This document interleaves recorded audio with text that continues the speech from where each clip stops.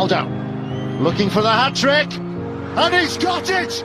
Magnificent from Cristiano Ronaldo! He has made the second half his own.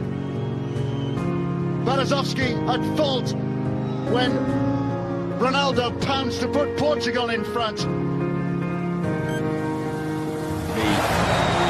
Fully 40 yards, there he goes, and scores! I don't think Begovic saw it, and Ronaldo, just 7 minutes in, gives Portugal a precious advantage.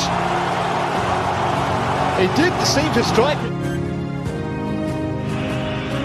Og han kan altså sparke som ingen anden.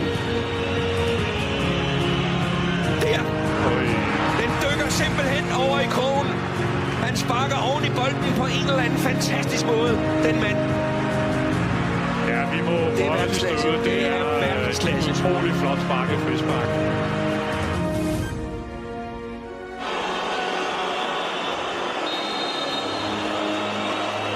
Ronaldo.